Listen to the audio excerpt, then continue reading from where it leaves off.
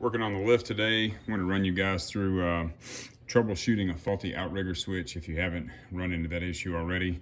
So if you don't know, on each one of these outriggers, there's a switch in there so that when your feet touch the ground, the circuit closes. You hear that click.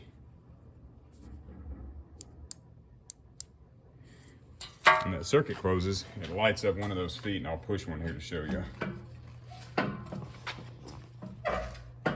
You see that light come on down here in the corner. So what we've had is this outrigger in the front here, which is the one I've got taken apart.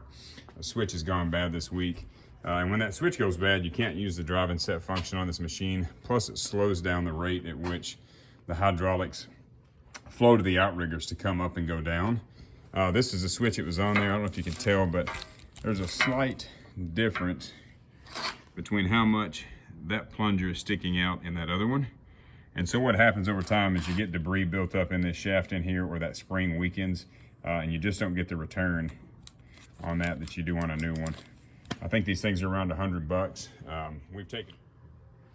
I've taken ours apart here. You guys know I'm a fan of the 550 cord, so I just unplugged that sensor, tied my 550 cord on. I did go ahead and pull this foot out. There's one bolt here and then one in the top. This one is your pivot. The one on top is the one that holds this big spring in place here.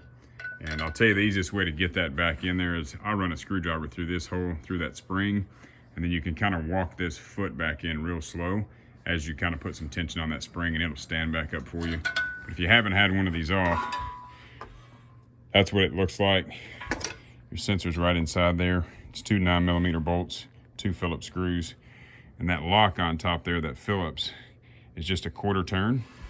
I'll show you that over here on our spare. So it's got a just a little tab right there, so when you turn that Phillips on the top there, it's a quarter turn, that tab comes off and this plug unplugs from the top, so it'll look like this one. Got any questions, hit me up.